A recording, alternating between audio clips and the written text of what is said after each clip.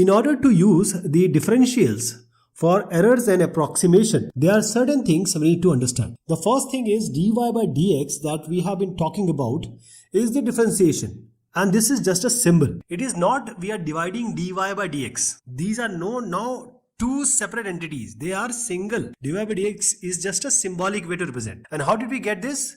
When we said delta y by delta x, that is change in y, y2 minus y1, and change in x, that is x2 minus x1. So when you make a graph like this, and one point is x1 y1, the other point is your x2 y2. So the slope, that is y2 minus y1 divided by x2 minus x1, that is the change in y divided by the change in x, the change is called delta.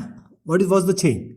So when delta x tends to 0, this becomes delta y by delta x becomes dy by dx. So when dy is assumed or considered as a different entity and dx is considered as a different entity, then how are we going to use it for the errors and approximation? For example, we have a function y equals fx.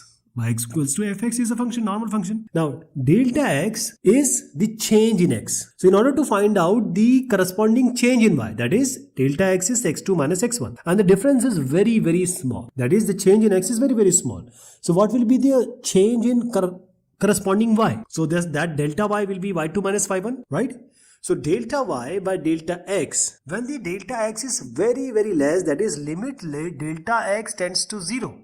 The change in delta x is quite small, then we call it as dy by dx, and that we were saying it as f dash x or y prime or y double prime. That is the differentiation. Alright. Now this f dash x, when we have a relationship like this, delta y delta x, dy dx and f dash x.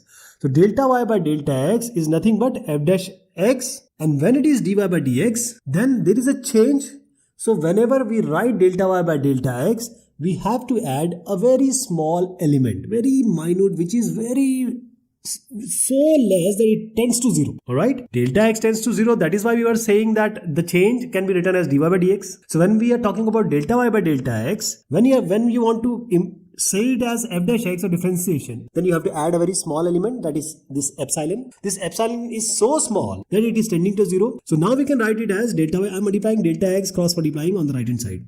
So f dash x into delta x into epsilon into delta x. Epsilon is a very small, like 0. So this epsilon is so 0 that this can be disregarded or it can be eliminated or ignored. So delta y becomes equals to f dash x into delta x. But as our discussion started, I told you that dy by dx is nothing but f dash x. So in place of f dash x, we can write it as delta y is equal to f dash x into delta x. In place of f dash x, you can write dy by dx. So this is the whole scenario. That is, if you know the change in x, then there is a change in y, and that change in y is delta y. And that can be computed by dy by dx. Alright? This is the whole scenario of errors and approximation. Now there are certain terms. That is very small change. We call it as absolute error. So delta x, very small change, absolute error. Alright? So for x, delta x is an absolute error.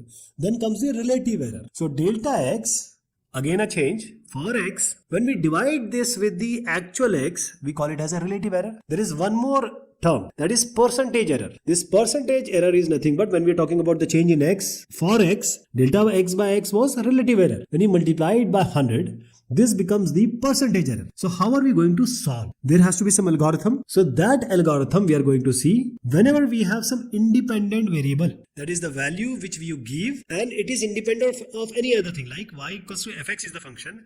X, for every x value, there will be corresponding y value. So x is a independent value, y is a dependent value. So for every x, the first step for the initial value when we start, this x, we start with x and we say that there is a change. What is the change? Delta x. So this x plus delta x, because the change is delta x, so x plus delta x is the actual change. For example, there is an object and when you heat it up, it will expand. So there will be a slight expansion, that is delta x.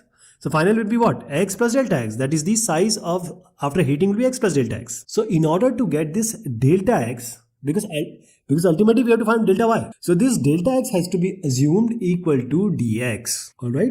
Dx and delta x has to be assumed equal. Now dy by dx has to be computed. You already have a function y equals fx. Now you have to differentiate. So y equals to fx is there. First you find out the differential. For example, y is equal to x square. The differentiation will be 2x. That is the third step. Now the fourth step is what? Because dy by dx has already been computed. But if we are finding things at x and y, so we'll find the dy by dx at x equal to whatever the value means we'll find out the value at x which is given in the question. The next thing will be, because we have to find out delta y, right?